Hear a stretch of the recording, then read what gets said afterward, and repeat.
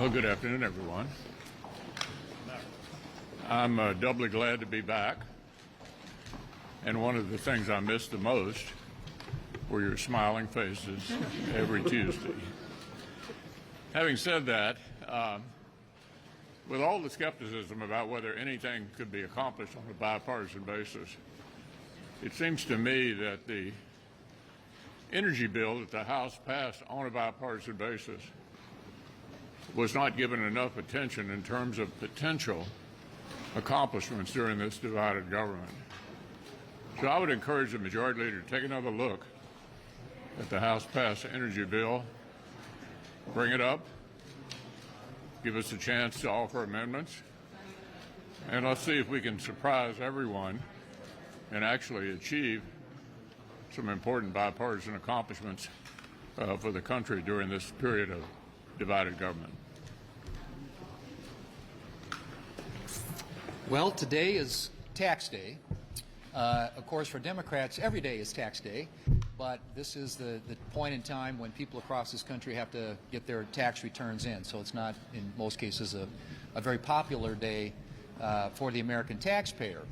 And the Democrats, of course, in their budget this year proposed increasing taxes almost another $5 trillion, $4.7 trillion in new taxes, and that's on top of the $318 billion in taxes that were included just in legislation that they passed last year. So this is all part of what happens when Democrats control government in Washington. They raise taxes, they increase spending, and they grow government. That's the very simple formula.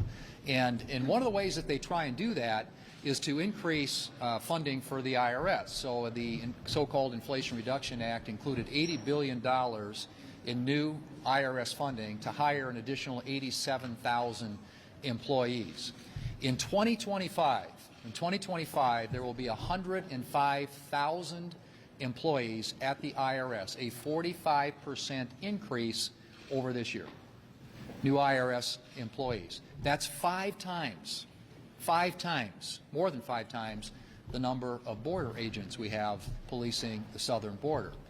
And what's remarkable about all that isn't that they are trying to improve taxpayer services, which desperately need to be improved because, as everybody knows, in the last 2 years of the number of calls that went into the IRS, I think in 21, 11% got answered, and in 2022, got up to 13% of those calls actually got answered, and that's literally hundreds of millions of calls into the IRS not responded to. So what do the Democrats do when they increase all this funding for the IRS and all these new employees? They shove them into enforcement instead of taxpayer services. Today, the ratio of people who are involved in enforcement at the IRS to those who are actually responding to taxpayer services is 2 to 1, 2 enforcement for 1 taxpayer services.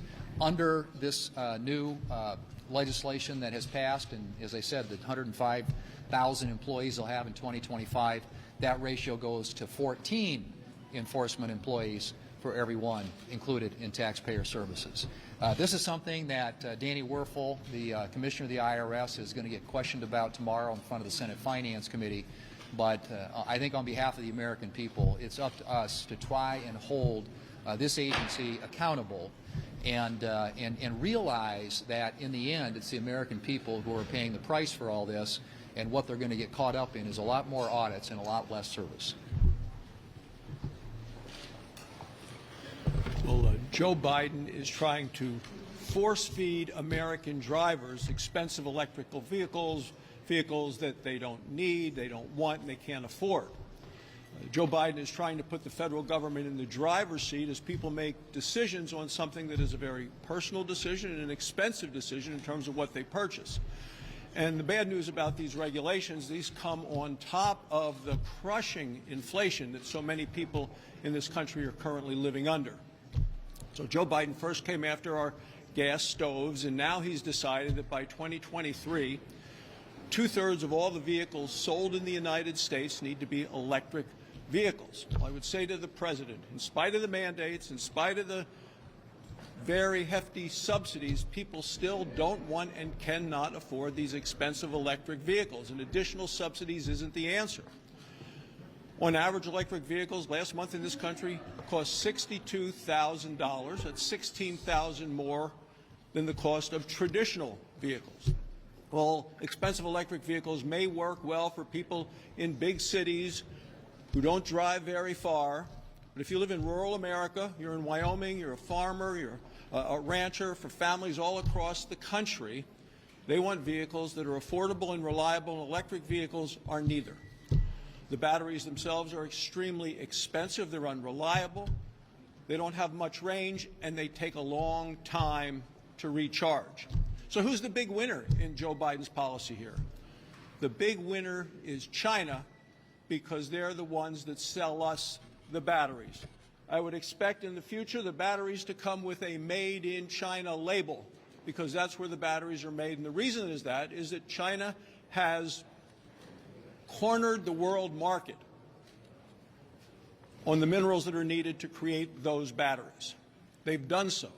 And so once again, Joe Biden is selling out America to China. And the reason I say this is even his own White House has said China will be big players in the president's energy agenda. Big players. Well, these big players of China right now are getting richer off of us, getting stronger off of us, as we, through our energy policies, are getting weaker and poorer. So we know why we have this energy policy, because Joe Biden has surrendered America's energy policy to the climate extremists. And with it goes our wealth and our national security. When these regulations come out, I am going to make sure that every senator in this chamber is put on record having to vote on where they stand for this reckless policy. On Thursday, the Secretary of Energy will be with us in front of the Energy Committee, and I'm going to have her answer questions regarding why they continue down this treacherous path while all the warning signs are flashing. I had a great couple of weeks back home in Iowa, going around the state, talking about the Farm Bill and visiting with a lot of stakeholders. And of course, while I was at home is when Biden's EPA came out with their radical new Green Deal or Green New Deal, whatever they call it now, regulations that are pushing Americans towards those electric vehicles that the chair just talked about. Never mind the fact that the average American can't afford these vehicles. If you look at my hometown of Red Oak, Iowa, I maybe know of perhaps one family in the community that has an electric vehicle. And I don't even know how they charge it. But what we do know, electric vehicle batteries, they depend on minerals including lithium and cobalt.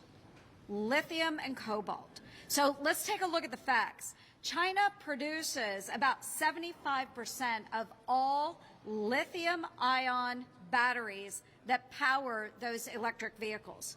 And over 70% of the world's cobalt mining occurs in the Democratic Republic of Congo, done by child labor, children as young as 4 years old. The remainder of the cobalt primarily does come from Chinese-owned firms.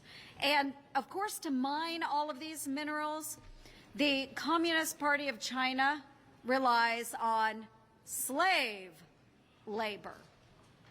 So all of these greenies out there that are pushing the electric vehicles, they think they have the moral high ground with these vehicles. And I'll remind you all again that we are, one, supporting the Communist Party of China with the efforts of these electrical vehicle batteries, but also supporting child and slave labor. Bottom line, Biden's hurting America with these initiatives. His out-of-touch Green New Deal agenda is increasing our U.S. reliance and on our pacing threat and on the child and slave labor. I can't say it enough. I did fight this last year when we were going through the National Defense Authorization Act to prohibit the DOD from purchasing EVs made with forced labor. And you know what? Democrats agreed, and we won that fight. This year, Republicans are redoubling our efforts to unleash American energy, not reliant upon child and slave labor, and allowing for the mining and refining process right here in the good old United States of America. So again, folks, let's stop handing our dollars to the Communist Party of China and allowing that slave and child labor to continue. Let's focus on American jobs and American energy.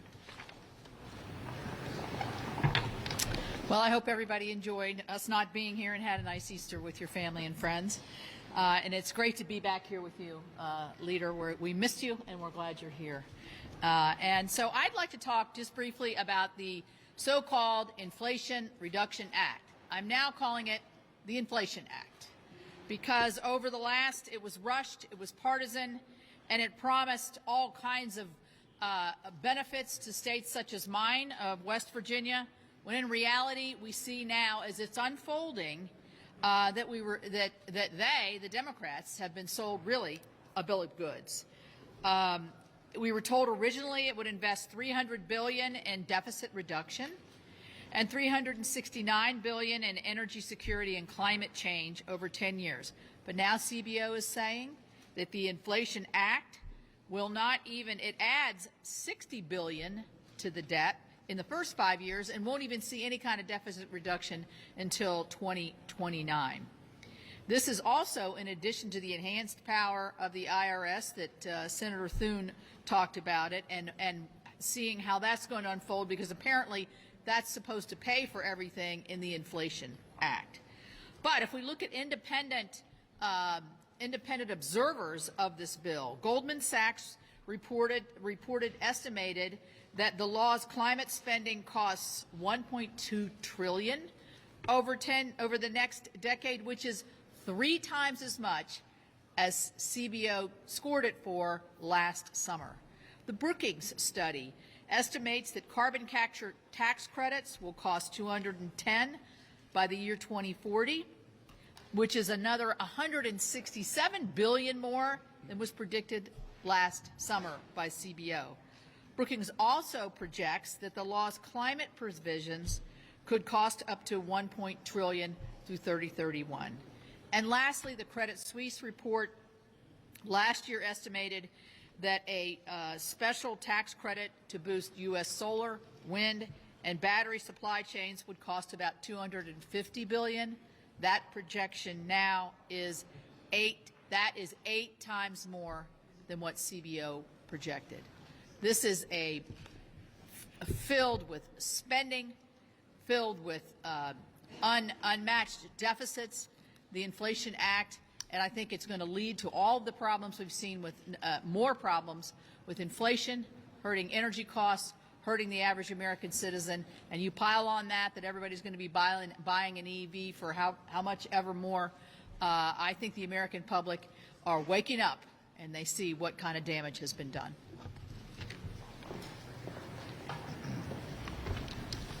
Well, the weather forecast in Montana is for more snow tomorrow, for those of you who are playing at home, which is a good thing for keeping our snowpacks high. But we've had a really cold winter and a lot of snowpack, and we're grateful for it. It was about time we had it. But I would tell you, the Biden administration has not learned anything about what's happened in Europe as it relates to a green hallucination. We are following, because of Joe Biden's leadership as a nation, taking us off the green cliff. The Biden administration seeks to overhaul this economy to fit its green dream. But I've said this back home, and I'll say it here. As you think about the future of energy in our economy, you can't burn today's bridge until you build and validate the future bridges.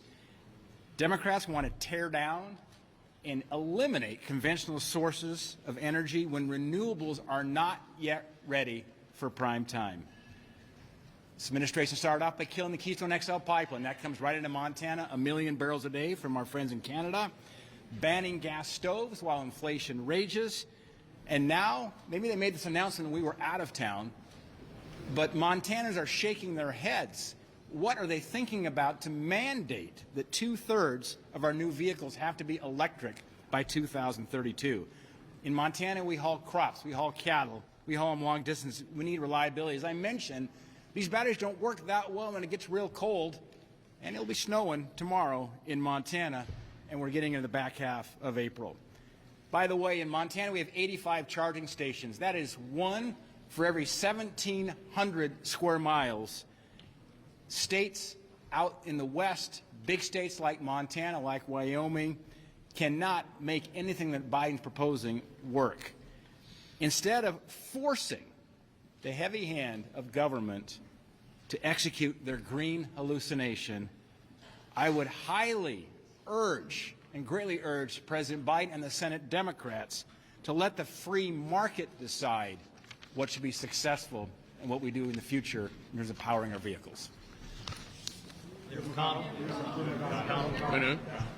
back.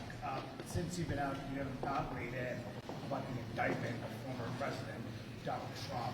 Are you comfortable with the fact that your party's leading candidate for president is facing criminal charges and could be facing a trial in the middle of this election? Well, Manu, let me put it this way. I may have hit my head, but I didn't hit it that hard. Good try. Leader McConnell. You're right. Can I expand on that a little bit? The former president, when he was arraigned, said Republicans in Congress should defund the DOJ and FBI. Is that something Republicans in Congress should be doing or something you would support? I think I can pretty safely say that I've not met any Republicans in Congress who want to spend less on law enforcement. We have a crime wave all across America. We have open borders. The last thing we want to do is spend less. We ought to be looking for ways to spend more on law enforcement. Leader McConnell, do you have any comments on the reports of the hospitality that Justice Clarence Thomas received from Harlan Crow and the Judiciary Committee's plan to hold hearings on the ethical standards of the Supreme Court? Yeah, the Supreme Court and the court system is a whole separate part of our Constitution. And the Democrats, it seems to me, spend a lot of time criticizing individual members of the court and going after the court as an institution. For example, my counterpart went over in front of the Supreme Court and called out two of the Supreme Court justices by name and actually threatened them with some kind of reprisal, I don't know what kind, if they ruled the wrong way in a case that he cared about. The Attorney General seemed to be largely unconcerned with security issues around the homes of Supreme Court members. I have total confidence in the Chief Justice of the United States to deal with these court internal issues. Leader McConnell, can you talk about